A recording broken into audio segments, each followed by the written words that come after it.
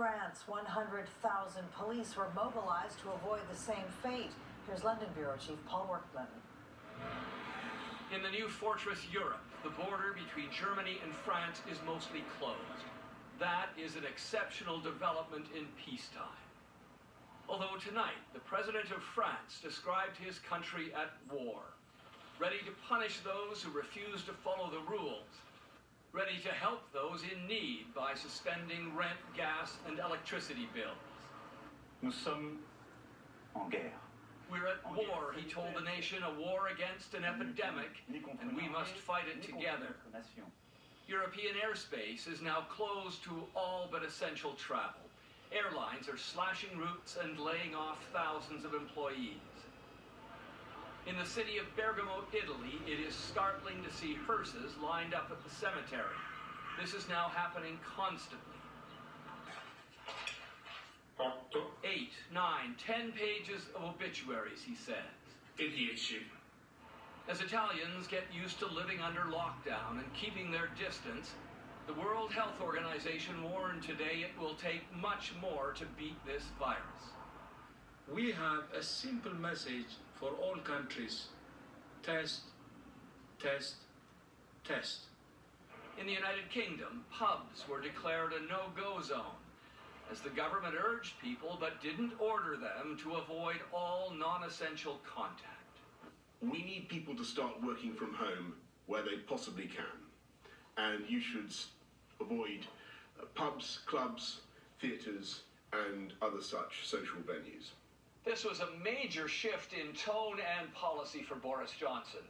The UK, he said, is now entering a rapid phase of infection, and whole families could be forced into isolation even if only one person is showing symptoms, Lisa. All right, Paul, we'll watch for changes in the UK.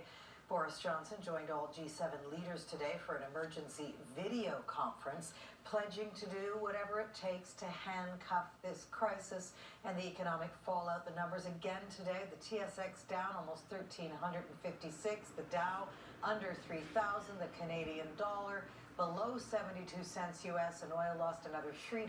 It is now under $30 a barrel.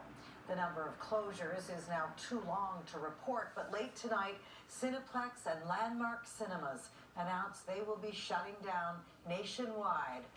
Pretty soon, the only ones working will be working at home. Looking a lot like this. A strange start to the work week and the foreseeable future. CTV's John Venevale-Rao on how to stay focused. Yeah, the email should be fine, I feel like. Now working at a kitchen counter in her downtown Toronto condo, Anastasia Tabanos is trying to stay upbeat about her new office at home and tiny coworker. I'm sure we'll get into a rhythm. It's just, right now, it's all very new, so.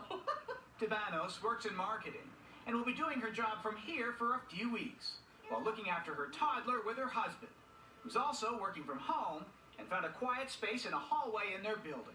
It's challenging to get work done because she has needs and she's a toddler. It's not like she's really going to distract herself for a long period of time. Josiah Gordon's work commute now amounts to walking up the stairs.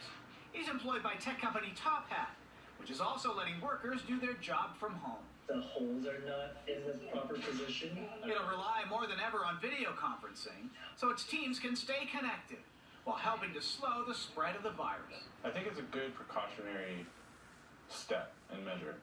I think that it's better to do that than to regret it later. Hillary Carter has a lot of experience working remotely. She recommends those new to it wake up at the same time like they normally would. Try to find a dedicated workspace and get dressed as though you're going to work. Don't work in your jammies, for example. Don't work from bed. Replicate your office environment as much as possible while you are in a remote place.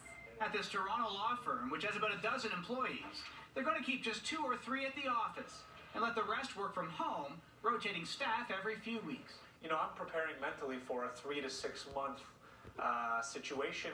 Experts add to prevent social isolation, workers at home should try to talk to a colleague by phone or by video chat at least once a day. Lisa. Some good advice, John. Thank you for this, and we will do that right now. Manitoba Bureau Chief Jill Makashon is also in self-isolation, having just returned from an assignment in the UK. There you are, Jill, in your dining room. So, working the phones on a warning about another coronavirus scam. What do people need to know? Yeah, that's right, Lisa. Winnipeg police are now warning of a phishing scam. They say that people are receiving emails warning them that they've been in contact with someone with the virus and they need to provide credit card information to receive medication. It's the latest in opportunism in this outbreak, and Winnipeg police say don't pay. In this entire global crisis, no one asks for money. You're going to be given direction, told what to do, what not to do, given some warnings. No one is calling you and asking you for your credit card that's legit. And tonight, even the Red Cross is issuing a warning about text messages offering free masks. They say, don't click, it's bogus. Lisa. It is also despicable. All right, Jill Makashon, we will get used to that dining room, much nicer than the newsroom. After a 2-minute break, what you need to know about your local hospital. We really need to create capacity. Making room for the most at risk.